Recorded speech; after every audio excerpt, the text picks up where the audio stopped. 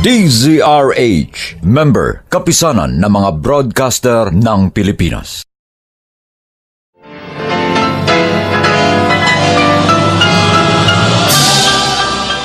Buong karangalang inihahandog ng DZRH para sa bagong milenyo ang isa pang magandang dula mula sa panulat at direksyon ni Salvador M. Royales. May pangako ang bukas. Baka akala mo hindi ko narinig ang pag-uusap ninyo mag-ina. Isinusuka na ninyo ako. Nanghihinawa na kayo sa akin. Ganito talaga pag matanda na. Pag wala na kaming silbi, gusto ninyo tabunan na kami sa hukay. May pangako ang bukas. Kasaysayan ng mga kaluluwang lupaypay na ang pusong hapong-hapo sa tindi ng malabis na pagdurusa. Subalit sa kabila ng lahat, huwag kalilimutang paglipas ng isang dapit hapon ay sisikat ang araw na magsisilbing tanglaw sa sinumang tinakasan na ng kawalang pag-asa. Dahil sa likod ng mga hinagpis ay may naghihintay na ligaya. Sa bawat kabiguan ay may makakamit na tagumpay, laki pang pangarap na sa bawat himaymay ng laman ay muling mabuhay ang dugong nananalaytay sa mga ugat at unti-unting mauusal ang mainspirasyong mga katagang. May pangako ang bukas. May pangako ang bukas. Isa na namang natatanging dulang pangradyo na inyong aabangan at kalulugdan, mag-iiwan ng mga magagandang halimbawa at aral. May pangako ang bukas.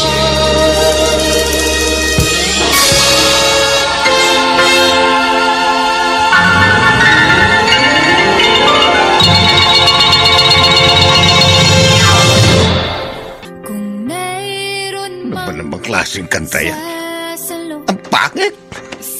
Ang lakas-lakas magpatugtog pero basura naman ang tono. Ang klaseng liriko yun. Isa, dalawa, tatlo, susugal ako. Pwede! Kahanap ako ng magandang kantaan sa radyo. Ililipat ko ang istasyon. Yan! Yan ang musika. So I face the final curtain.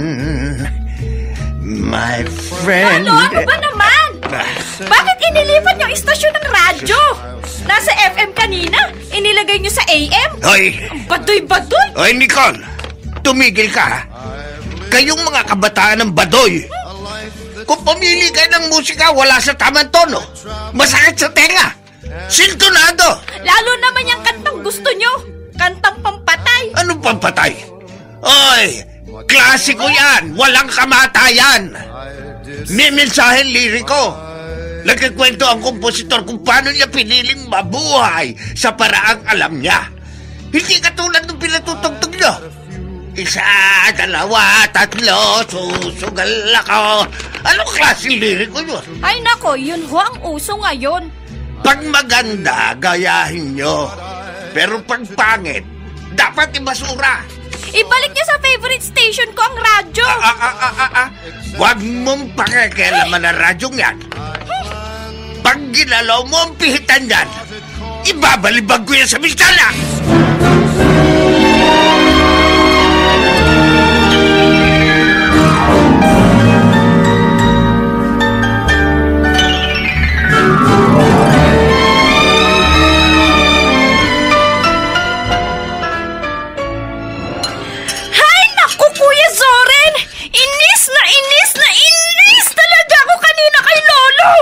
Sino ba?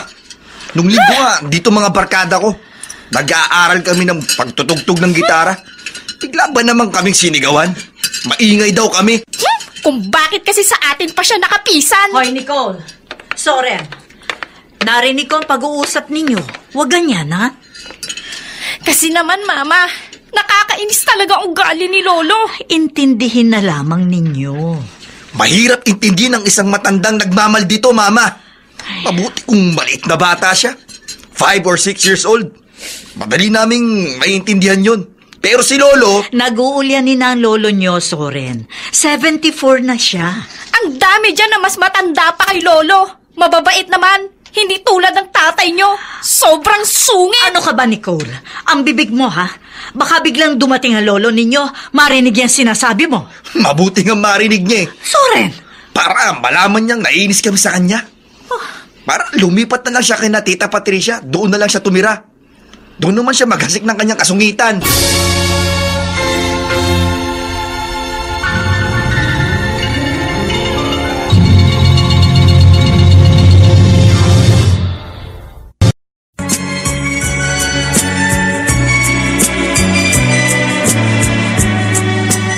At ngayon, balikan natin ang tampok na kasaysayan sa ating dulang.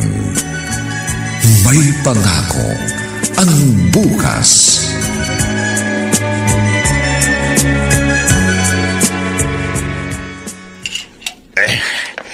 Kailangan mag-exercise ako kahit pakonti-konti. Ikot-ikot ang bewang. Pataas-taas ang kamay. 1, 2, 3. Ito po yung hihingin ninyong kape, oh. Akin na. Ay. Ay, Ano bang kape ito? bakit ho? Ano bang kape yan? Parang katas na makabuhay. Mapait. Sadya ho konting asukal lang ang inilagay ko. Kasi nga iniingatan natin na wag tumaas ang blood sugar ninyo. Nung huling patingnan ko kayo, pre-diabetic na ho kayo. Lagyan mo ng asukal yan. Ha? Kung hindi mo dadagdagan ng matamis, itapon mo na lang.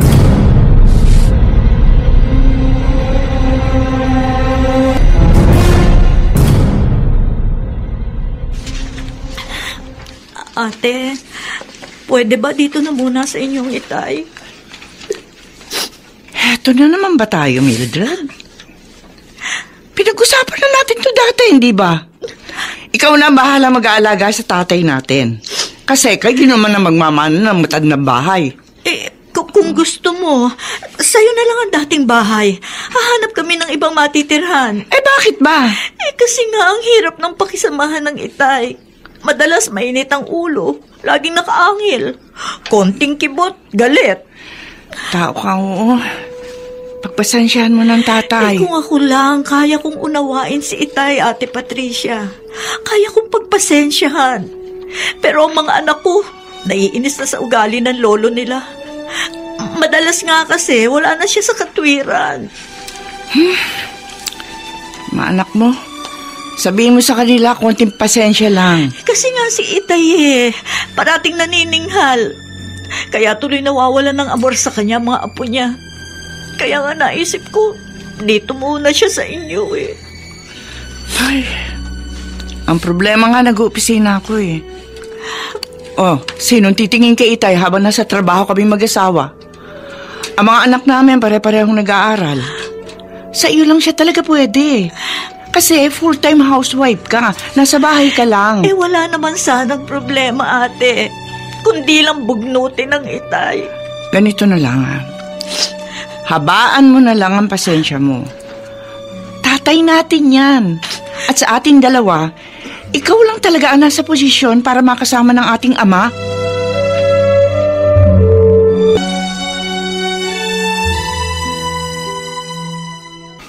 Walang yakang aso ka. Walang yaka. Ang sarap mong lumpuhin. Lolo, tama na! Huwag yung matawin ng walis kabog. Bakit yung mabinubugbog ang aso ko? Ano kasalanan ko sa inyo? Walang yayang asong yan. Bakit nga po? Hindi mo ba nakita? Ha? Ayan. Tingnan mo ang paborito kong tsinelas. Nginat-ngat niyang alaga mo. Huwag nyo kasing sinasaktan. Grabe naman kayo manakit ng hayop. Alam nyo bang yan ang hiningi kong birthday gift kay Papa nung mag-birthday ako? Madalas nga sa kwarto ko pa yung natutulog Kung ayaw mo masaktan ang aso mo, huwag mo siyang palabasin sa kwarto mo!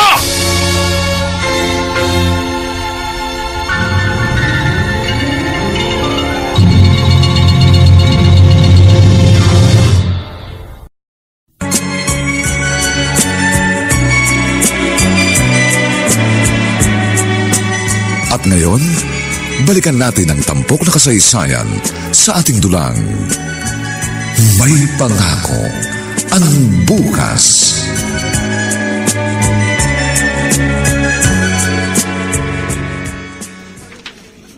Mama, kailan ba uuwi si Papa galing Saudi? Ay, naku, matagal pa, Soren. Bakit ba panay ang tanong mo kung kailan magbabakasyon ang papa mo? Kasi nga, sasabihin namin sa kanya ni Nicole na umalis na lang tayo dito. Ha? Bumili na lang tayo ng sarili nating bahay. Oo nga, Mama. Dapat may sarili na tayong bahay. Paano ang lolo ninyo? Di, iwan natin siya rito. Ayaw siyang kuhanin ni Tita Patricia eh.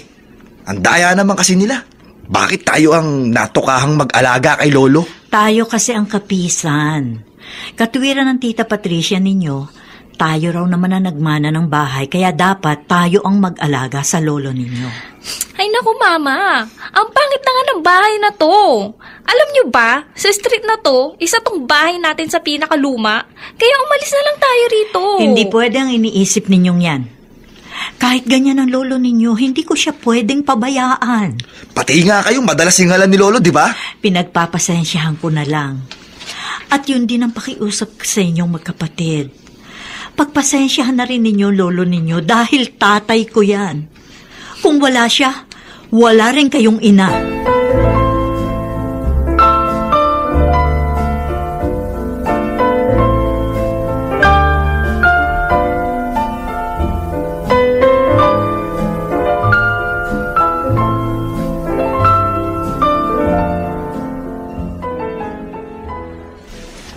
Ba't umagang-umaga? Kunot na kunot ang noo mo. Bad trip ka? Buti alam mo. Kanino ka na bad trip? RJ, wala namang ibang nakakasira ng araw kundi isang tao lang. Sino? Ang lolo mo na naman. Di sino pa? Ano naman bang ginawa niya at nasira ang mood mo? Narinig niya na humihingi ako ng dagdag allowance kay Mama. Sumabad ba naman? Noon daw panahon nila, nagtsatsaga silang pumasok sa school ng walang baon. Yung ganong komento ng lolo mo, hindi mo na dapat pinapansin. Alam mo naman ng matatanda, lahat napupuna ng mga yan. Ang kaso nga, nakaka-bad trip, tol. Lahat na lang pinakikialaman niya. Isa pa, hindi naman niya pera ang hinihingi ko. Pera yun ng parents ko, hindi sa kanya. Alam mo, tol, kapag ganyan na lagi kang bad trip sa buhay mo, madali kang tatanda. Ayos lang yun. Okay lang na madali akong tumanda. Pero isa ang sisiguraduhin ko sa'yo. Hindi ako magiging buwisit sa ibang tao tulad ng lolo ko.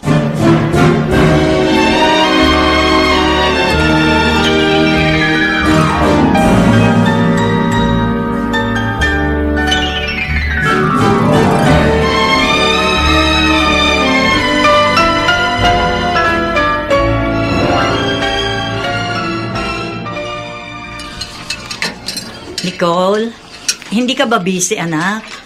Hindi naman po, Ma. Wala kaming assignment ngayon. Halika, tulungan mo ako magluto. Dalaga ka na, kaya kailangan may alam ka na sa kusina. Para pag nag-asawa ka na, mahahainan mo na ng masarap na putahing asawa at mga anak mo. Kakainis kayo, Mama. Oh, bakit? Wala pa nga akong boyfriend. Asawa at anak agad ang sinasabi niyo sa akin. Naku, darating ka rin doon. Halika na. Sige na nga. Ano yun? Naku, nahulog yata sa hagdan ng lolo mo! Dali, tingnan natin! Itay! Itay, napano kayo? Itay! Mama! Tingnan niyo ko! Sa baba po ng hagdanan!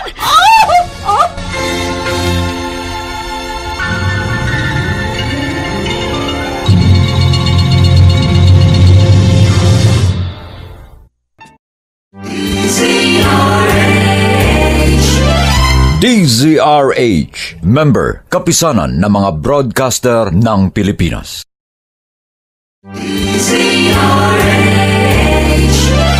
DZRH, member, kapisanan ng mga broadcaster ng Pilipinas.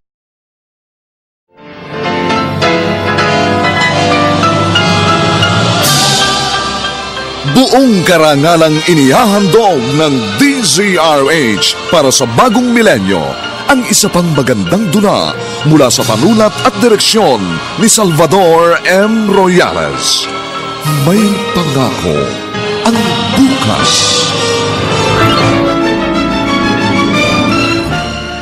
Baka akala mo hindi ko narinig ang pag-uusap ninyo mag-ina. Isinusuka na ninyo ako. Nanghihinawa na kayo sa akin. Ganito talaga pag matanda na. Pag wala na kaming silbi, gusto ninyo tabunan na kami sa hukay. May pangako ang bukas. Kasaysayan ng mga kaluluwang lupaypay na ang pusong hapong-hapo sa tindi ng malabis na pagdurusa. Subalit sa kabila ng lahat, huwag kalilimutang paglipas ng isang dapit hapon ay sisikat ang araw na magsisilbing tanglaw sa sinumang tinakasan na ng kawalang pag-asa. Dahil sa likod ng mga hinagpis ay may naghihintay na ligaya. Sa bawat kabiguan ay may makakamit na tagumpay, laki pang pangarap na sa bawat himaymay ng laman ay muling mabuhay ang dugong nananalaytay sa mga ugat at unti-unting mauusal ang mainspirasyong mga katagang. May pangako ang bukas. May pangako ang bukas. Isa na namang natatanging dulang pangradyo na inyong aabangan at kalulugdan, mag-iiwan ng mga magagandang halimbawa at aral. May pangako ang bukas.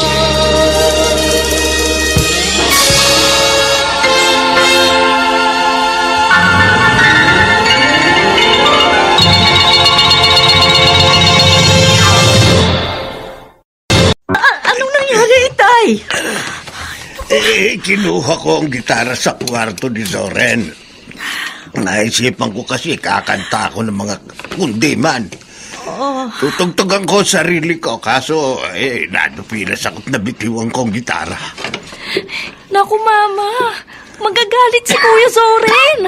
Nabasag ang kanyang gitara. Itay, nasaktan ho ba kayo? Konti lang. Hindi naman ako tuluyang nahulog Nakakapit ako sa gabay ng hagdan.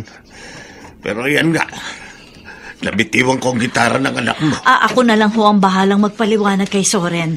Aliw kayo, kumapit ho kayo sa akin. Dahan-dahan mo. Nanginginig ang mga kamay ninyo, Mabuti ho nakahawa kayo kaagad. Wala ho bang masakit sa mga paan ninyo? Wala naman. Wala. Kaso nga, Mama, Jack, magagalit si Kuya Zoren.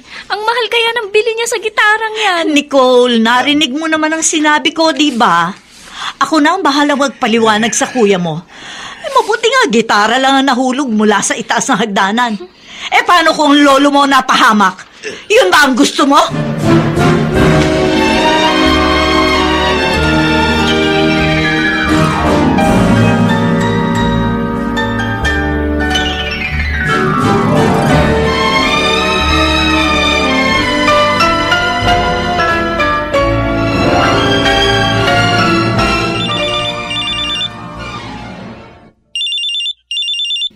Nicole, narito pa ako sa university. Bakit ka tumatawag? Kuya Zoren, bad news kaya ako tumawag. Anong bad news? Anong ibig mo sabihin? Ang gitara mo, nawasak. Ano? Bakit?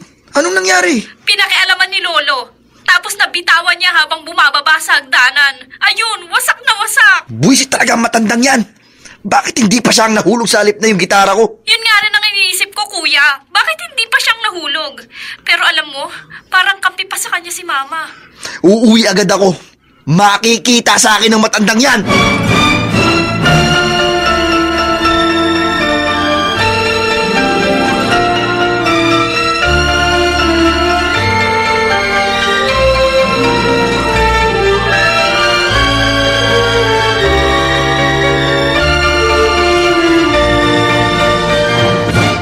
Itay, hinainan ko na kayo. Mauna na kayong kumain, ho? Hihintayin ko ho ang dalawa niyong apo.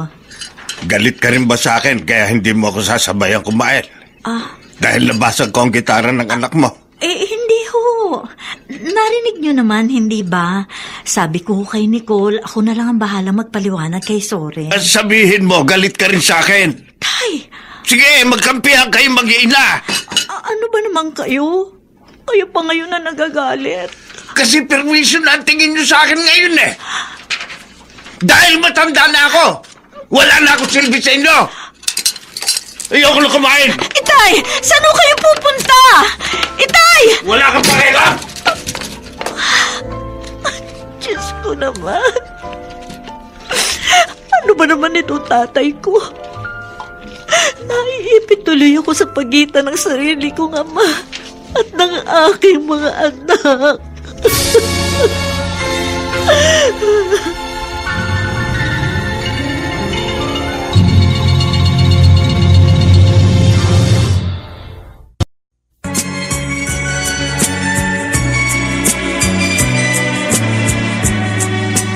At ngayon, balikan natin ang tampok na kasaysayan sa ating dulang. May pangako ang bukas.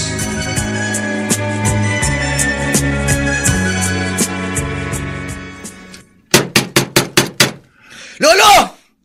Lolo! Lumabas kayo dyan sa kwarto nyo! Lolo! Ano ba?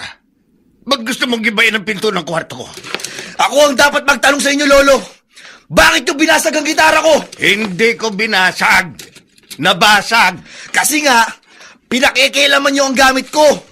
Nananahimik ang gitara ko sa loob ng kwarto ko, kinuha nyo at ibinagsak ninyo. Makulit ka rin, ano? Hindi ko binagsak. Bumagsak. Kasi nga pinakialaman ninyo. Kung hindi nyo yung kinuha sa kwarto ko, mababasag ba yun? Tumahimik ka. Kung gusto mo, babayaran ko. Bakit akala mo ba wala akong kwarta? May pera ako. May pensyon ako. Wala akong pakialam sa pensyon nyo! Ang pinag-uusapan, isang gamit na pinaka-iingat-ingatan ko! Nasira dahil sa inyo! Ano ka ba? Wala ka ng galang, ha? Tama na yan! Huwag ka makipagsigawan sa lolo mo! Hayaan nyo ako, Mama! Nakakainis na itong tatay nyo eh! Kung naiinis ka sa akin, maluwag ang pintuan ng bahay. Umalis ka rito! Huwag mong kalilimutan, bahay ko ito! Ako pa rin ang may karapatan sa pamamahay na ito!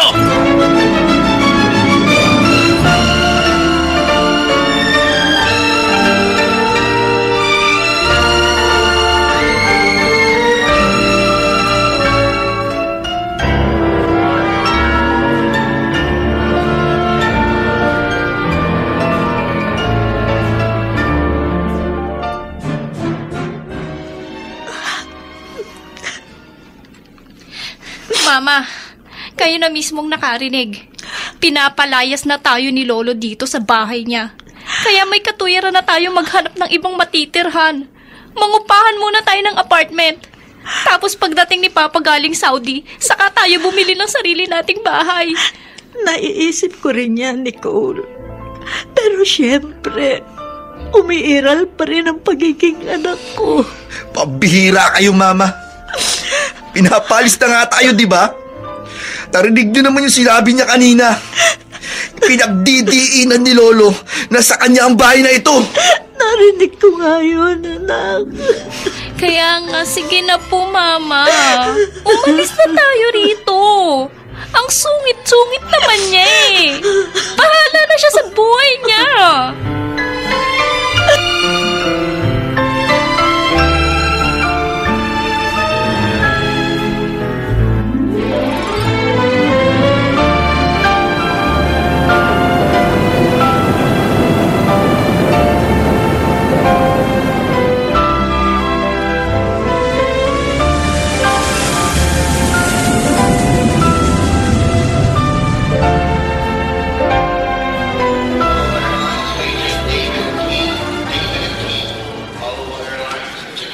Sadyang hindi ko sinabi kay Mildred na ngayon ang uwi ko. Pati sila Soren at Nicole. Masusurpresa sila sa bigla akong pag-uwi. Tataksi na ako. Taksi!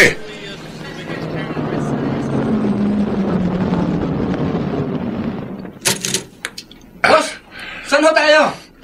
Caloocan. At uunahan na kita, ha? Huwag mo kong gagamitan ng metrong may pitik. May pinsan akong pulis. Sir, parehas ang metro ko eh. Takot ako sa karga. Buti naman. Tara.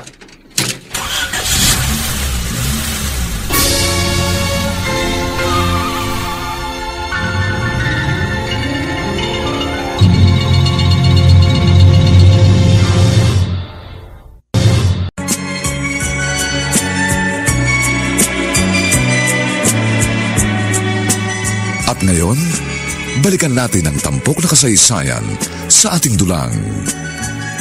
May pangako ang bukas.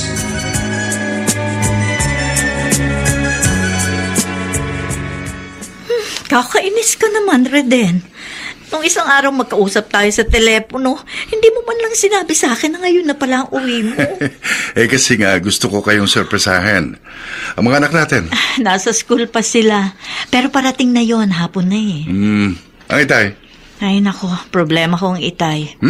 Ilang araw nang alis ng alis. Hindi tumatambay dito sa bahay. Bakit? Ano na naman ang naging problema ng tatay mo? Baka naman pinapatulan niyo yung sumpong nung matanda. Nakakapuno rin naman kung minsan. Ay, teka, ipaghahain kita. Jack, gutom ka. O sige, maghain ka. Ang itay, wala pa rito sa bahay, hapon na. Sa edad niyang yun, dapat namomonitor mo ang lahat ng kilos. Ay. Oh, ayan na pala itay eh. Tay, magandang hapon po. Mano po? Ay, umuwi ka na pala galing Saudi dito. Kanina ka pa ba? Mag-iisang oras na rin po. Kumusta ko kayo? Eto, ayos lang. Sige, tako'y magpapahinga sa kwarto ko. Ay, nako. Bakit gano'n lang itay? Malamig na hindi ko mawari. Ilang beses ko nang sinabi sa'yo sa telepono, hindi ba? Nag-iba na ang ugali ng itay. Ang hirap na niyang pakisamahan.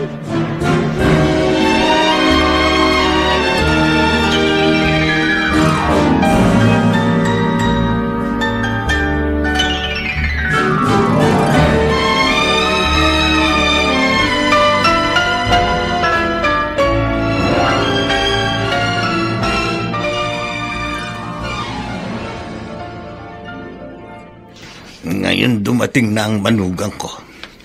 Alam ko magsusumbong sa kanya mga apo ko. Pasasamain nila ako ng gusto sa kanilang ama. Ano ba sa akin? Kung gusto nila akong iwan, edi umalis sila. Hindi ko sila pipigilan. Ipakikita ko sa kanila na kahit wala sila, kaya kong mabuhay. Buti nga yung nag-iisa. Buti yung nag-iisa ako dito sa bahay ko. Wala akong kabibusitan.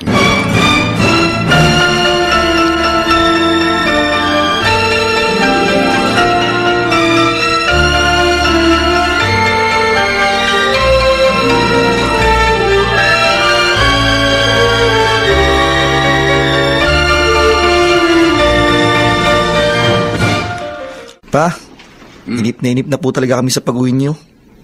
Kasi meron kaming gusto sabihin sa inyo ni Nicole. Tungkol ba sa pag-aaral ninyo ang sasabihin niyong magkapatid, Soren? Hindi po. Tungkol saan? Tungkol po sa pagkakaroon ng sarili nating bahay. Diba, kaya naman natin bumili ng sariling bahay. Kahit townhouse lang, Papa. Sige na po. Kahit po sa labas ng Maynila tayo makahanap para medyo mura. Bakit? Anong problema dito sa bahay ng lolo mo? Kuwan po kasi, mahirap yung nakikipisan lang tayo. Kung may sarili po tayong bahay, wala tayong pakikisamahan. Sabihin mo nga sa akin ang diretso, Soren, ang dahilan. At gusto mong lumipat tayo ng bahay. Prangkahin mo ko. Dahil ba sa lolo mo?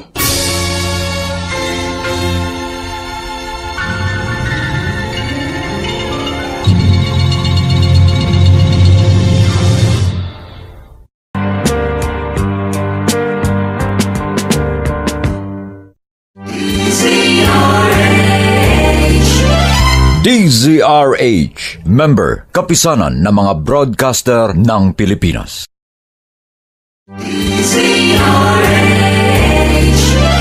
DZRH, member, kapisanan ng mga broadcaster ng Pilipinas.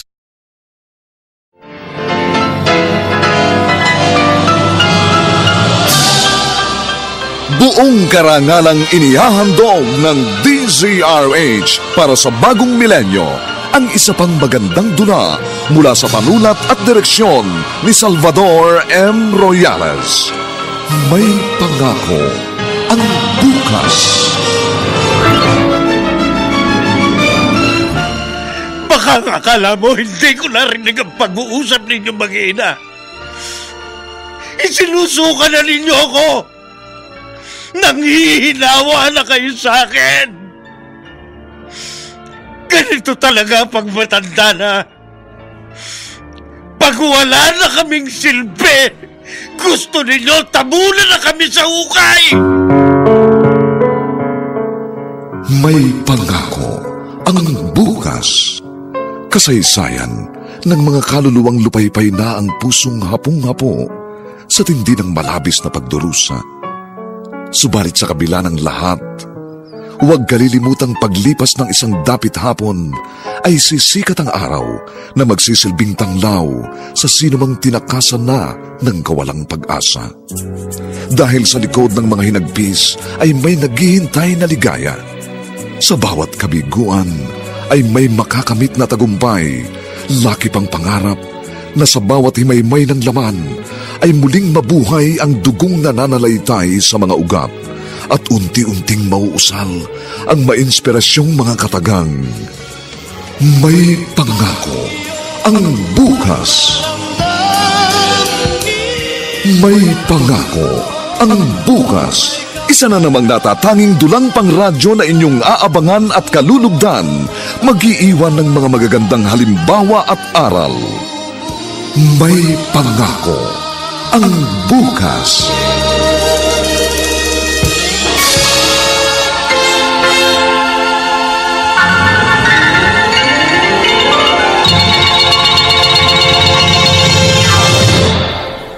Pumayag na po kayo bumili tayo ng sarili nating bahay.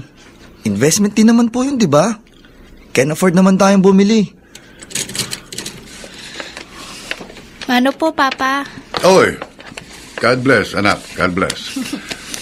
Tiga, maupo ka. Tama-tama dating mo. May importanteng bagay kaming pinag-uusapan ng kuya mo. Si Mama? Wala ang mama mo na grocery. Ang lolo nyo naman, kanina pa rin umalis ng bahay. Kaya makapag-uusap tayong tatlo ng masinsinan. Ngayon, ano bang problema nyo sa lolo nyo? Sinabi ko naman po sa inyo, Papa, di ba? Madalas wala sa lugar si Lolo. Madalas mainit ang ulo, laging nanininghal. Oo nga po, Papa. Pati nga si Mama madalas ding singhala ni Lolo.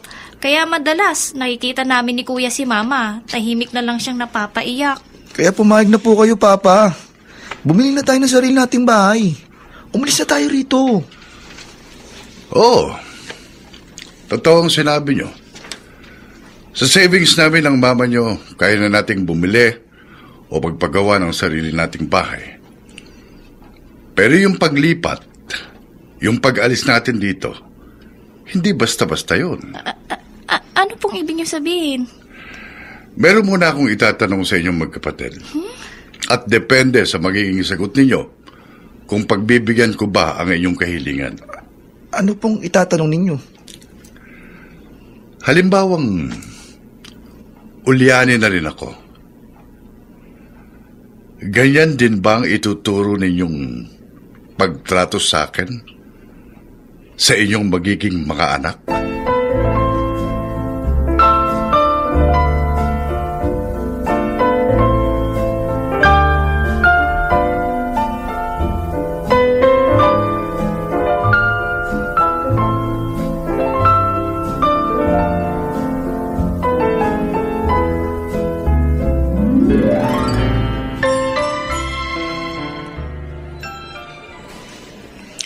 RJ, na-bad trip din ako sa papa ko. Sobra ka naman. 2 years din yung hindi nakasama ang papa mo. Tapos, pag nagbakasyon siya dito sa Pilipinas, kinababad tripan mo pa. Kasi nga, gusto namin ng kapatid ko na bumili na kami ng sariling bahay namin. Para makalayo na kami sa lolo namin, bad trip din. Biruin mo, dinaan pa sa drama ang pagsasabing ayaw niya bumili ng bagong bahay. Sure ka ba? Kaya ng budget ng parents mo ang bagong bahay? Oo naman. Mining engineer si Papa. Maganda ang trabaho niya sa oil company sa Saudi. Saka, nakikita ko ang bank book nila ni Mama. Kaya alam ko can afford kaming bumili ng sarili naming bahay. Kaso nga, ayaw niya. Alam mo, Tol, Naiintindihan ko ang airpods mo. Ikaw, nagiging KJ ka na rin eh. Hindi sa KJ. Instead na kaasaran mo ang lolo mo, dapat inuunawa mo siya. Matanda na kasi yun. At ang matatanda, marami na silang insecurity sa buhay.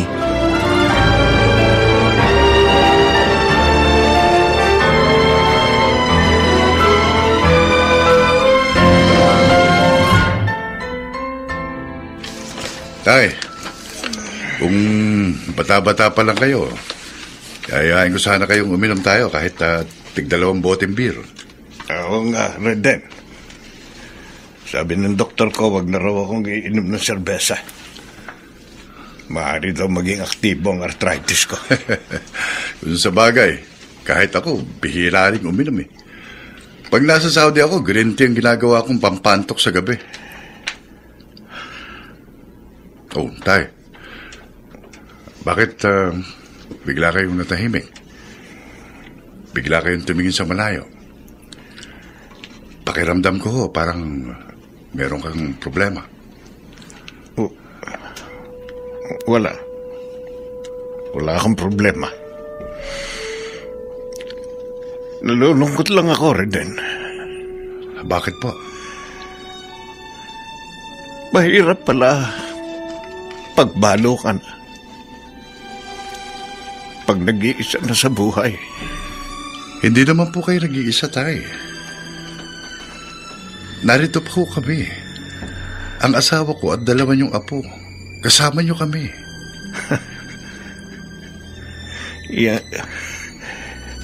Yang asawa mo, lagi ring galit sa akin yan. Lalo na ang 2 anak mo. Pakiramdam ko pinagsasawaan na nila ako. Oo. Huwag ko kayo mag-isip ng ganyan, tay. Mahal ko kayo ng mga apo ninyo, lalo ng asawa ko. Anong mahal? Reden, nasa malayo ka, kaya hindi mo nakikita ang galaw nila.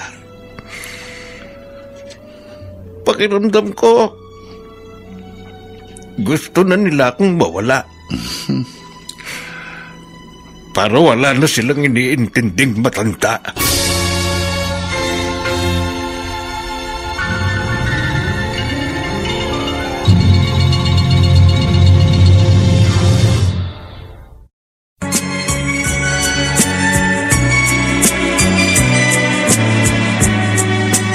At ngayon, balikan natin ang tampok na kasaysayan sa ating dulang. May pangako ang bukas.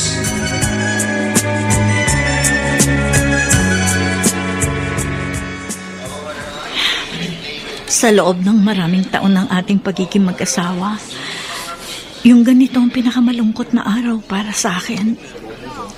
Yung ganito na ihahatid kita dito sa airport.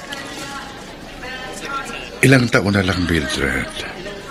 Pag nakatapos sina Zoran at Nicole, pipirme na ako dito sa Pilipinas. Matagal pa yun? Napakabilis ng panahon. Isa pa, sa pagtatrabaho ko sa Saudi, gumanda ang buhay natin. Mining engineer ka. May mga minahan naman dito sa Pilipinas, hindi ba? Pero karamihan sa minahan dito sa atin, ando sa Mindanao. Kung doon ako magtatrabaho, doon din ako pipirme. Delikado pa. Alam mo naman sa Mindanao, madalas may gulo. At saka, hindi ako makakakuha rito ng sweldong sinlaki ng sinusweldo ko sa Saudi.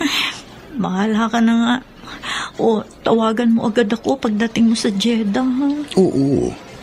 Yun naman talagang lagi ginagawa ko eh. Uy, siya nga pala. Huwag kang masyadong nagpapa-stress kay Itay, ha? Maraming kilos at ugali ang Itay na nakakainis talaga. Hindi mo lang alam yun. Pero, salamat. Kasi ikaw pang manugang lang ang nakakaintindi sa kanya. Matanda na ang tatay mo, Mildred. Obserbasyon ko sa kanya, nagkaka-Alzheimer's na.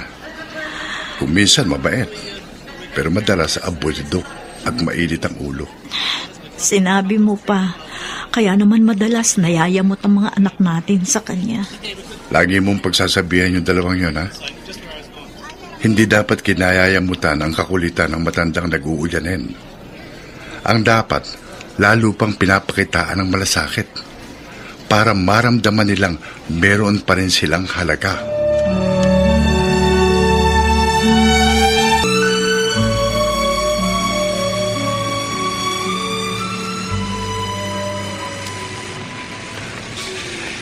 Nagugutom na ako. Pero ayokong umuwi. Mabibwisit lang ako pag andun ako sa bahay dahil sa mga apo kong salbahe. Mabuti pa sa karinderya na lang ako kakain. Mabuti pa dito sa karinderya, masasarap ang ulam. Sa bahay namin parang pinanghihinayangan ni Mildred ang ipinapakain sa akin. Dito sa karinderya, nakakain ko kung anong gusto ko. Bahala sila sa buhay nila. Mamayang gabi na lang ako uuwi.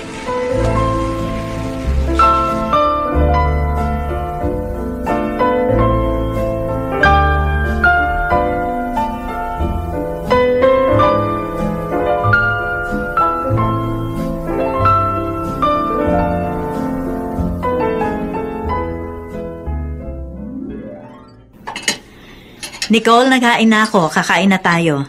Oh, tinawag mo na ba lolo mo? Wala si Lolo sa kanyang kwarto, Mama. Ha? Saan na naman kaya nagpunta ang matandang yun? Oras ang pagkain, saka pa umaalis ang bahay. Ipagtira niyo na lang si Lolo ng pagkain. Uuwi rin po yun. Mama, nakita ko si Lolo. Ha? Andun sa may labasan. Okay, anong ginagawa niya doon? Wala lang. Palakad-lakad lang. Para nga pong galing siya sa karinderya dun sa kanto eh.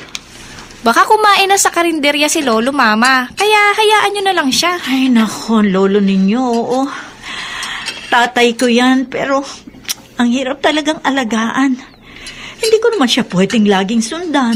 Busy naman ako dito sa bahay. Hayaan nyo na lang siya, Mama. Ay, Mama, sa birthday ko mag-i-invite ako ng mga friends ko, ha? 19 na ako. Kahit konting handa lang, basta dito lang kami sa bahay. Magbabanding kami rito. Oh, sige, ikaw ang bahala. Ay, naku, Mama. Oh, Baka kasama sa mga iimbita ng Nicole na yan ang boyfriend niya. Uy, mahiya ka, kuya, ha? Wala pa akong boyfriend. Sus! Sino yung laging sunod ng sunod sa yung lalaki sa school? Kaibigan ko lang yun, no? siya, tama na yan. Baka magkapikunan pa kayo. Maghahanda ako ng konti. At kung halimbawang kulangin tayo sa pagkain, magpa-deliver na lang tayo ng pizza. O kahit na saang fast food dyan. Pero magkakaroon ka ng problema, Nicole. Anong problema? Si Lolo. Ipagdasal mong huwag siyang tupakin. Dahil pag sinumpong ang matandang yun, tiyak gagawa na naman yun ng eksena.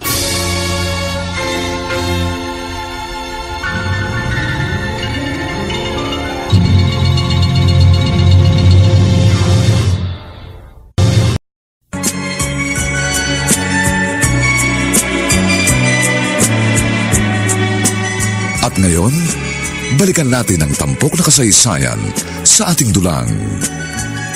May pangako ang bukas.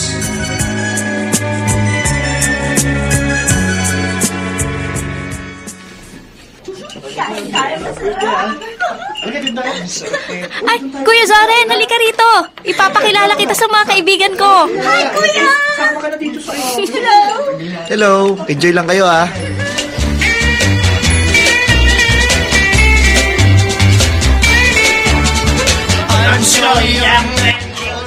Ano yun, Kuya Zoren? Sino ba? Di si Lolo. Nakakaasar talaga! Kung kailan marami akong bisita, saka pa sumabay. Teka nga. Lolo! Ano ba naman kayo? Kung kailan may mga bisita ako, saka kayo nagpapatugtog dito sa salas?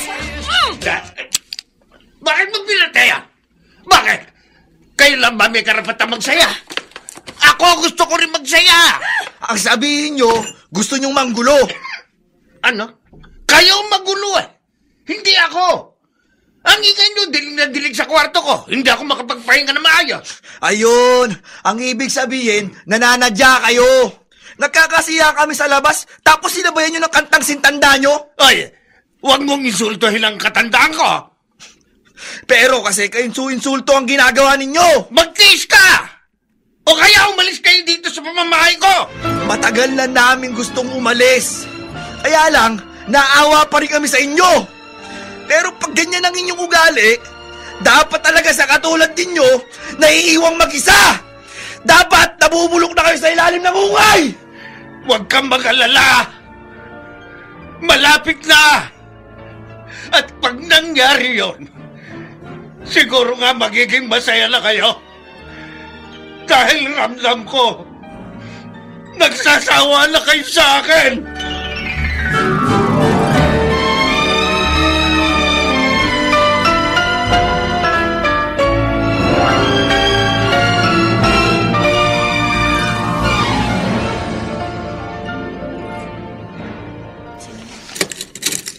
Itay, pumasok na ho sa school ang mga bata.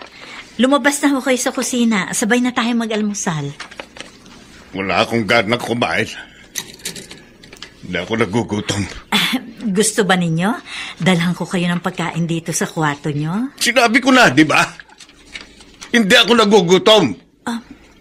Ikaw na lang kumain. Itay, kung galito kayo sa mga anak ko, huwag naman ho sana ninyo ako idamay. Bakit hindi kita idadamay? Kakampi ka ng mga anak mo eh. Di ba? Di ba? Baka akala mo hindi ko narinig ang pag-uusap ninyong mag-ina. Isinusuka na ninyo ako. Nangihinawa na kayo sa akin. Tay. Ganito talaga pag matanda na. Pag wala na kaming silbi. Gusto ninyo, tabunan na kami sa hukay!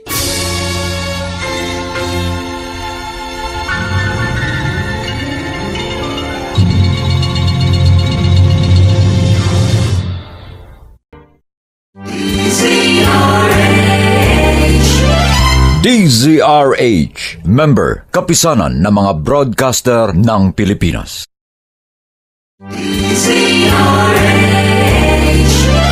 DZRH, member, kapisanan ng mga broadcaster ng Pilipinas.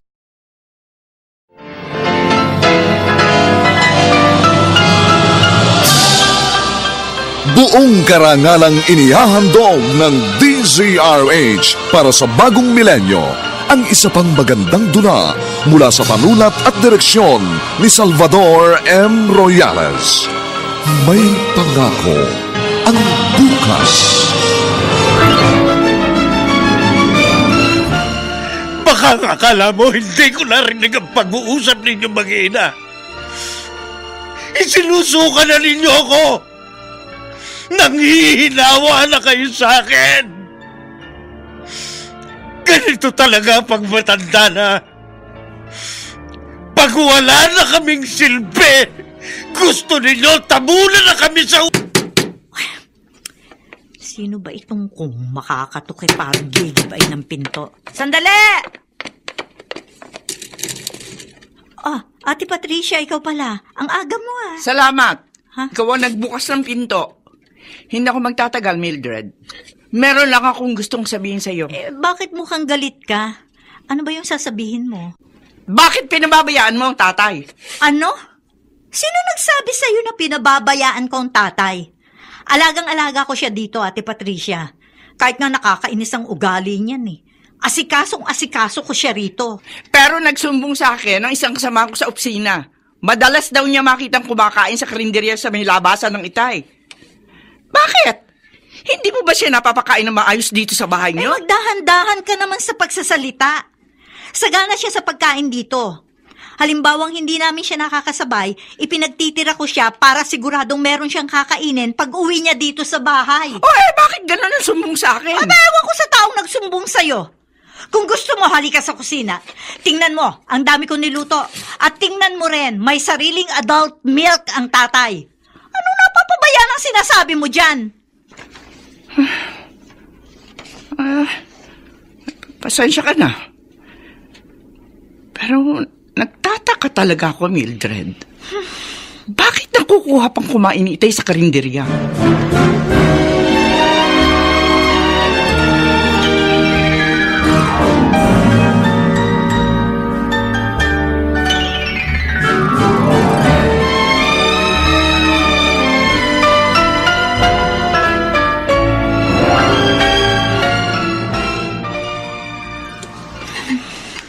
Kakausapin ko ang Itay pagdating niya mamaya.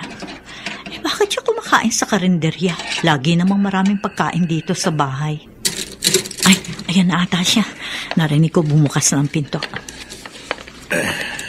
Kailangan ko binom ng tubig. Itay, mabuti ho dumating na kayo. Galing ho dito si Ate Patricia. Uy, ano sa akin kung galing dito, kapatid mo? Kasi ho nagagalit ho siya sa akin.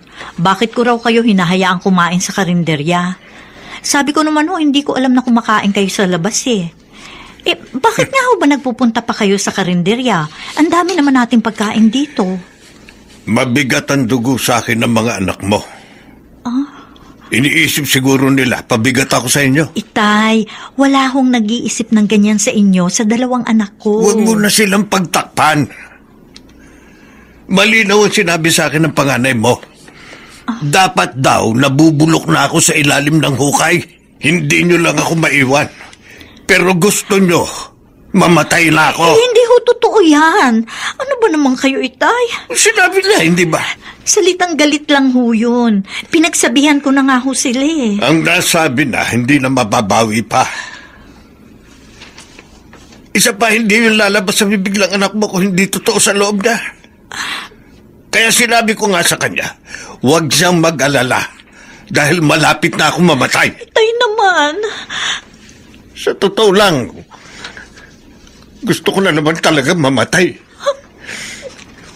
Gusto ko na sumunod sa iyong ina.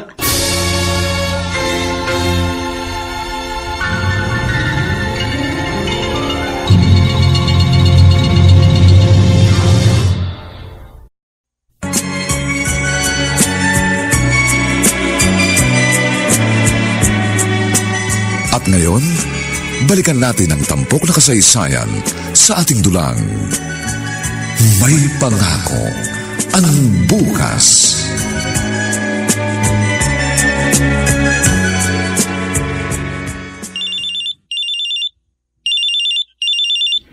Hello, Reden.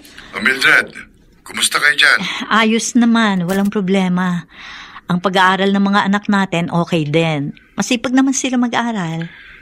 Kaming mga Filipino engineer dito sa company namin, medyo may problema kami. Ha? Bakit? Anong problema ninyo? Gustong baguhin ng employer namin ang kontratang pinirmahan namin. Ang gusto nila, bawasan ang malaking sweldo namin. Siyempre, ayaw namin pumayag. Kung hindi raw kami papayag, umuwi na lang daw kami. Anong plano ninyo? Napagkasunduan namin, uuwi talaga kami kahit wala sa oras. Kasalanan kasi nitong mga ibang lahi rito Yung mga Thailander at mga Indiano, tumatanggap ng mababang sweldo.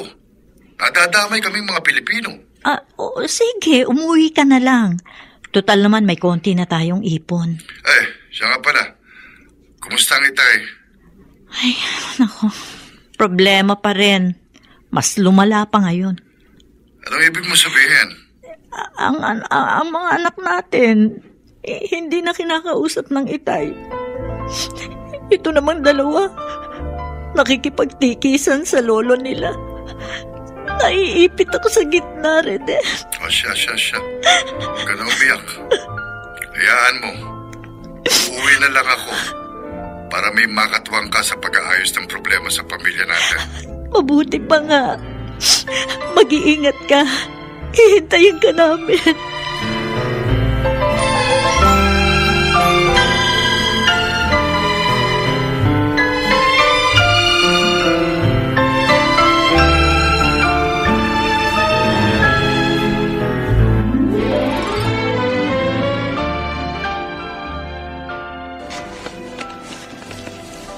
Kuya Zoren, narito ka na pala.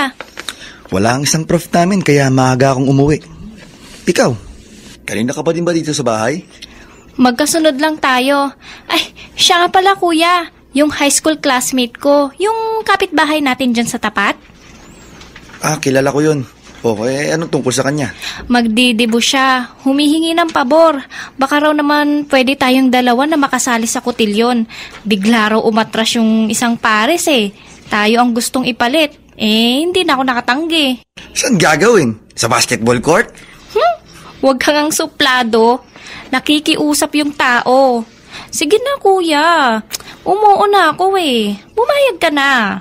Wala na raw silang ibang makukuha. Sige. Sumagot ka na pala eh. Isinubo mo na pala ako. Ano pang magagawa ko? Ano ba yung narinig kong pinag-uusapan ninyo magkapatid, ha? Ay nako, kami po ni kuya. Kasali raw kami sa kotilyon sa dibo ng dating high school classmate ko. Kaklase mo nung high school? Bakit ngayon lang magdidibo? Mas matanda talaga ako ng 1 taon sa kanya, mama. Proxy lang naman kami. Isinubo ako ng babaeng yan. Kita. Wala na raw kasi ibang makukuha. Alam nila, may gown ako. Ikaw naman, meron kang coat. Oo nga naman, Soren. Hayaan mo na. Pakikisama lang. Mahirap yung walang pakikipagkapit bahay. Kailan ba yun? Biglaan nga po, mama Sa linggo na. Nako, masasabay pa sa pag-uwi ng papa ninyo. Hindi bale. Kung gabi uuwi ang papa ninyo, ako na lang ang susundo sa kanya sa airport.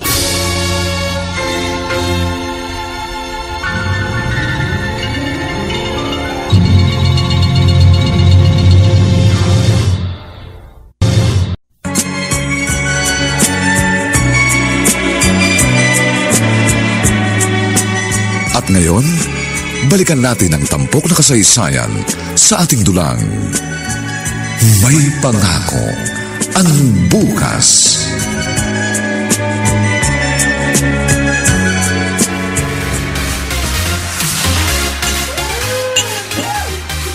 Kuya Zoren, patapos ng party. Nagpaalam na ako sa celebrant. Halika na, umuwi na tayo. Ano ka ba naman? Ngayon pala ako nag-enjoy. Ba't nagpaalam ka na agad? Kasi nga, nakita ko medyo lasing ka na. Kanina bago umalis si mama papunta sa airport, tinawag niya ako at ibinilin ka niya sa akin. Umuwi raw tayong maaga. KJ ka naman. Ano ka ba? Susunduin nga ni mama si papa, di ba? Gusto mo abutan ka ni papa na lasing ka? Masasabon ka nun. Sige na nga, tayo na. Nananakot ka pa. Hindi kita tinatakot. Kabilin-bili na naman ni papa sa atin yun, di ba? Na huwag tayong iinom ng alak. Pati nga ako nakainom ng red wine Nahihilo na rin ako, kaya umuwi na tayo. Sige, umis ka po na tayo. Pero pagdating sa bahay pagtimpla mo ako ng kape. Oo na. Sige na, kulit naman ito. Lasing ka na talaga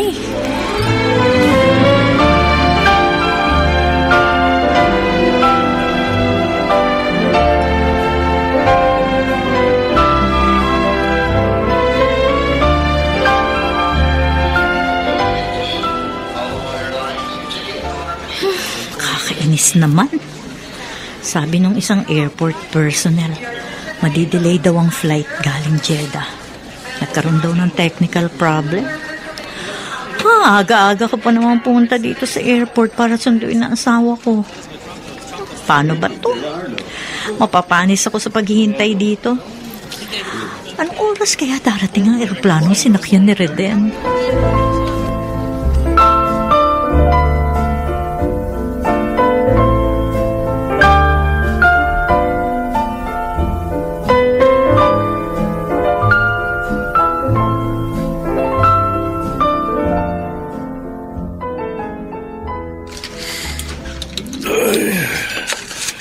Itong isang problema pag matanda na. Ihi ng ihi. Teka. Yun. Pinaamoy ako. Parang nasusunog. Sa ganitong oras ba ng gabi may nagsusunog ng basura sa aming mga kapitbahay? Nako. Aba, larito sa loob ng bahay namin ng usok. Makapal na usok. Larito sa bahay namin ng sunog. Oo nga, nasusunog ang bahay namin. Mildred! Mildred! Nasaan kayo? Boses yun ang apo kong si Nicole! Nicole! Nicole!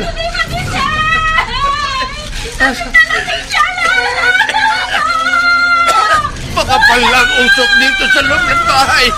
Nasaan kayo? Nicole!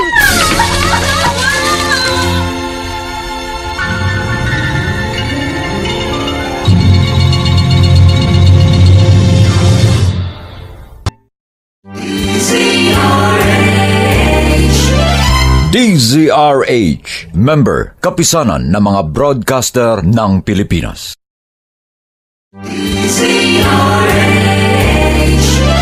DZRH, member, kapisanan ng mga broadcaster ng Pilipinas.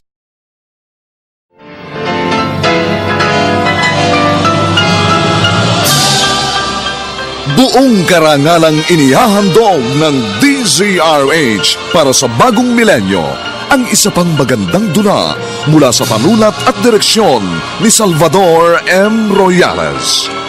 May pangako ang bukas.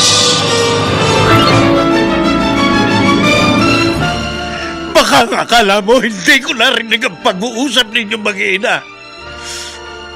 Isinusuka na ninyo ako. Nanghihinawa na kayo sa akin. Ganito talaga pag matanda na. Pag wala na kaming silbi, gusto ninyo tabunan na kami sa hukay. May pangako ang bukas. Kasaysayan ng mga kaluluwang lupaypay na ang pusong hapong-hapo sa tindi ng malabis na pagdurusa. Subalit sa kabila ng lahat, huwag kalilimutang paglipas ng isang dapit hapon ay sisikat ang araw na magsisilbing tanglaw sa sinumang tinakasan na ng kawalang pag-asa. Dahil sa likod ng mga hinagpis ay may naghihintay na ligaya. Sa bawat kabiguan ay may makakamit na tagumpay, laki pang pangarap na sa bawat himaymay ng laman ay muling mabuhay ang dugong nananalaytay sa mga ugat at unti-unting mauusal ang mainspirasyong mga katagang. May pangako ang bukas. May pangako ang bukas. Isa na namang natatanging dulang pangradyo na inyong aabangan at kalulugdan, mag-iiwan ng mga magagandang halimbawa at aral. May pangako ang bukas.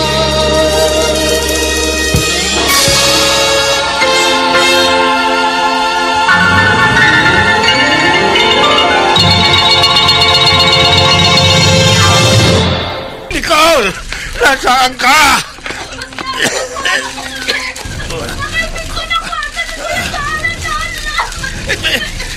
Andiyan na ako! Huwag kang matakot! Nariyan na ako!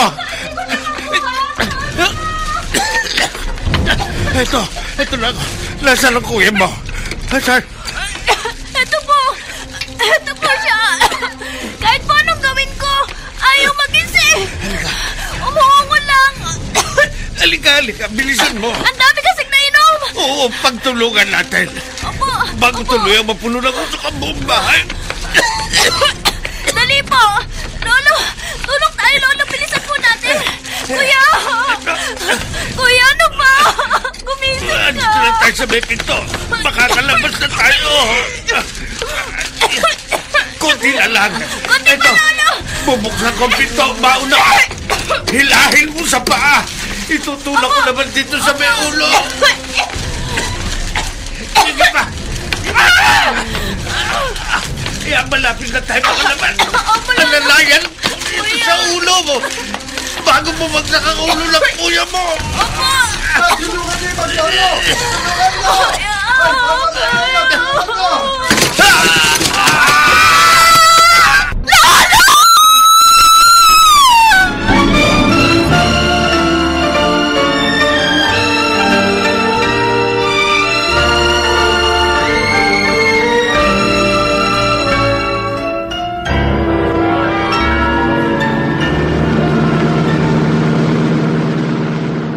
Pasensya ka na, Mildred. Delayed ng mahigit 2 oras ang schedule ng pagdating namin sa airport. Oo nga, Raden. Inip na inip ako eh. Pero mas mabuti na rin ang nangyari. Na-detect agad ang technical problem ng eroplano nang mag-stop over kayo sa Hong Kong. Kung hindi baka kung ano pa nangyari. Nasa inyong dalawa, hindi mo kasama. Nasa party si na Nicole at Soren nang umalis ako sa bahay. Mag-aalas 2 na pala. Sigurado, himbing na ang tulog ng dalawang yon pagdating natin. Aba, Mamang driver, bakit madaling araw na matraffic pa rin? Ma'am, may sunog yata. Ha? Oo nga, parang may sunog na. May mga sirena ng bumbero ko naririnig. Tag-araw na naman ho, sir. Usong-uso na naman ang sunog. Sinabi niyo pa, Manong. Kailangan konting ingat. Ang sabi nga, manakawan ka na ng 10 beses, huwag ka lang masunugan. Malayo pa ho ba dito sa inyo, sir? Medyo malapit na. Pagkanan sa kantong yan, tanaw na. Raden, tingnan mo parang sa lugar yata ang atin yung sunog. Ha? Baka isa sa mga kapitbahay natin. Ang mabuti pa, bumaba na tayo rito. Bitbitin na lang natin ang maleta mo. Bigla akong kinutuban, Raden. Malakas ang kabog ng dibdib ko.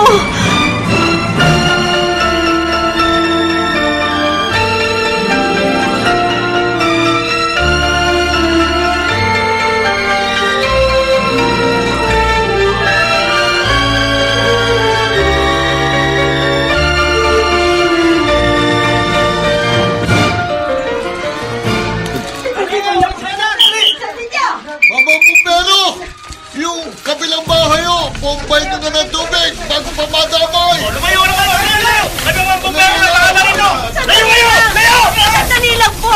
Bakit po? Bakit nagasunog? Ano kayo ayusin mo? Mildred! Naku! Diyos ko! Ang bahay nyo! Laga na ng liyan! Ang mga anak ko! Mildred, Ano nangyari sa mga anak ko? Hindi na mga anak natin nasa loob! Pati si Itay! Sorry! Nicole! Mga anak ko!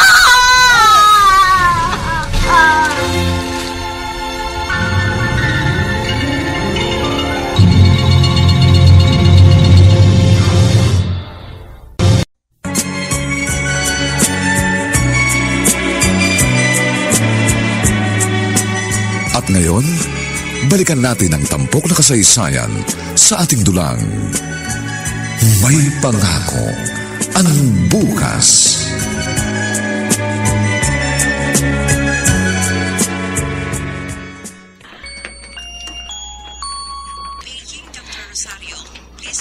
Papa, Mama. Salamat, ligtas kayo, Nicole. Isang kapitbahay natin na nagsabi sa amin, nakalabas daw kayo bago tuluyang natupok ang bahay natin. Ligtas nga po kami. Pero si Lolo... Si Lolo po, Mama. Nicole. Nabagsakan siya na nagbabagang kahoy. Diyos ko. Malapit na nga kaming makalabas sa may pintuan. Nang biglang bumagsak ang isang nagliliyab na kahoy. Tinamaan si Lolo.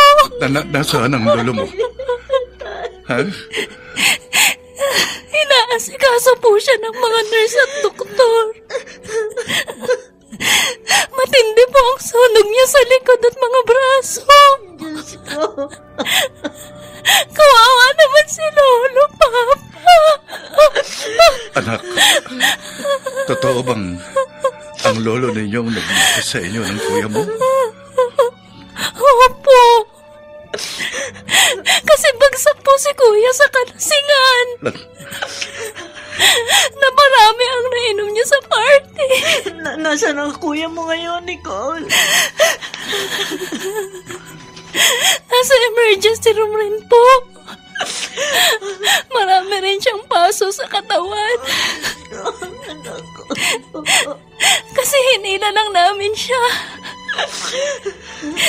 Iyak din po siya ng iyak nang malaman niyang si Lolo ang sumaklolo sa amin. Tayo na. Dali. Gusto ko makita ang lolo ng kapatid mo.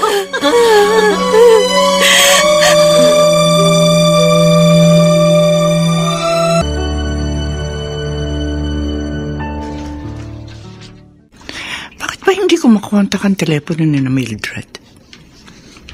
Bira. Sa cellphone ko nga siya tatawagan. Hello, Ate Patricia. Bakit ba hindi ko makontak yung landline nyo? Ha? Hindi mo talaga kami makukontak. Nasunugan kami, ate. Ano? Narito kami ngayon sa ospital. Hospital? Bakit? May nasaktan ba sa inyo? Wala naman kasi ako sa bahay na magkasunog. Ay, Diyos ko! Sinundo ko sa airport si Reden. Pagdating namin, tupok ng bahay. At isinugod namin sa ospital si Itay at si Soren. Kumusta na, Itay? Ano lagay niya? Delikado ba siya? Mildred, magsalita ka. Kumusta na ang lagay ng Itay?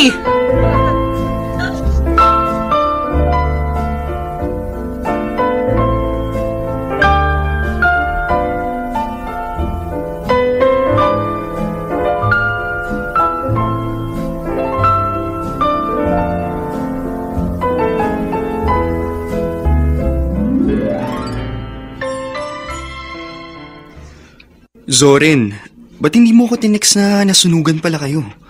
Kung di pa ako pumunta sa lugar nyo, hindi ko malalaman. Pati cellphone ko. Hindi ko na nalaman kung saan napunta, RJ. Buti, yun lang mga sugat na inabot mo. Kung hindi ako sinakluluan ng lolo ko, kasama sana akong natupok ng bahay namin, tol. Ang lolo mo nagligtas sa'yo? Oo. Bagsak kasi ako sa kalasingan. Umatid kami ng kapatid ko sa party. Kahit anong gawin nila, hindi ako magising. Halo-halo na kasi ang ininom ko. May hard, may beer, may imported. Nasobrahan ako. Liruin mo. Ang lolong kinaiinisan ko. Siya pang nagligtas sa buhay ko. Sinabi ko naman sa'yo makulit lang ang lolo mo. Kasi nga, matanda na. Pero tulad ng lagi kong sinasabi sa'yo noon pa, walang lolo na hindi nagmamahal sa kanyang apo. At ngayon, napatunayan mong totoo ang sinabi ko.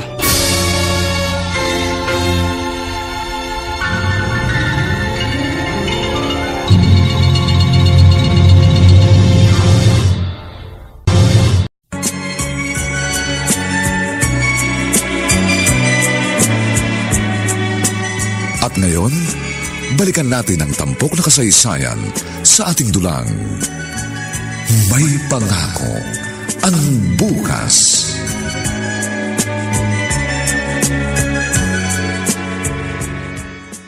Mildred!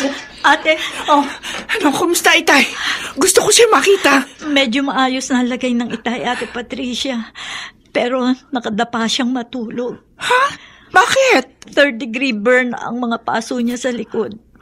Nilinis yun ng doktor at tinanggal ang mga balat at laman na na-damage. Naka-IV siya. Doon na rin idinadaan ng kanya antibiotic. Ano ba nangyari? Bakit nagkasunog? Kasalanan ko po, tita. Anong kasalanan mo? Kasi nga po nalasing si Kuya Soren. Oh. Nanghihingi siya sa akin ng kape. So nag-init ako ng tubig. Nakatulugan ko na siyang naging sanhi ng sunog. Sabi ko nga, buti na lang at nagising ang lolo nila. Kung hindi, 3 sana silang kasamang naabo, kasama ng bahay namin.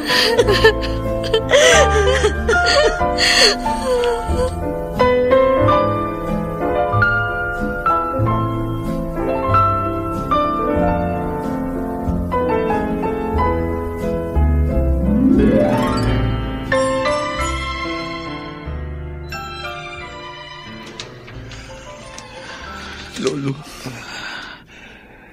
muntik nang natupad ang kahilingan mo. Dapat nabubulok na ako sa ilalim ng hukay. Lolo, patawarin niyo po ako sa mga nasabi ko sa inyo. Sorry po talaga. Pinagsisisihan ko po na sinabi ko yun.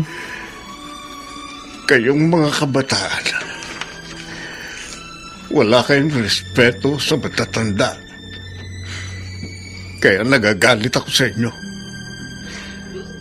Kasi dinadaan-daanan niyo lang ako. para kayong walang nakikita. Nakapagdaramdam yun sa mga katulad ko. Kaya sinasadya ko ring ilisig kayo. Para maramdaman ninyong akong lolo ninyo ay buhay pa at nangangailangan ng inyong pansin. Katulad ng pagpapahalagang iniukol ko rin sa inyo nung kayo'y mga sanggol pa. Lolo. Nung kayo ni Nicole ay parehong maliit pa. Malakas pa ako noon. Tuwang-tuwa ako. Naalagaan kayo. Kayo ang muling nagbigay sigla sa buhay ko. Pero nang magsilaki kayo, parang baliwala na ako sa inyo. At lihim ako nasasaktan. Lolo, sorry po. Naging insensitive po kami sa damdamin nyo. Naging selfish po kami ni Nicole. Wala na ang bahay na ipinundar ko. Sabi ng papa mo, magpapagawa siya ng bago. Kami naman ng tita Patricia mo, nag-usap na kami. Paglabas ko dito sa ospital, sa kanya na ako titira. Lolo, wag po. Ang gusto ko po doon pa rin kayo sa amin. Gusto ko po kasama pa rin namin kayo. Kung iiwan nyo kami, paano pa kami babawi ni Nicole sa inyo? Paano pa namin masusuklian ang ginawa ninyong pagliligtas sa amin? Hindi nyo na ba kaiinisan ang pagpapansin ng isang matandang katulad ko? Hindi na po, Lolo. Alam na po namin ang aming obligasyon bilang apo. Kaya huwag kayong aalis sa pamilya namin. Nakikiusap po ako. Ngayon pong natauhan na kami ni Nicole, sama-sama po tayong tatanaw sa masayang pangako ng bukas.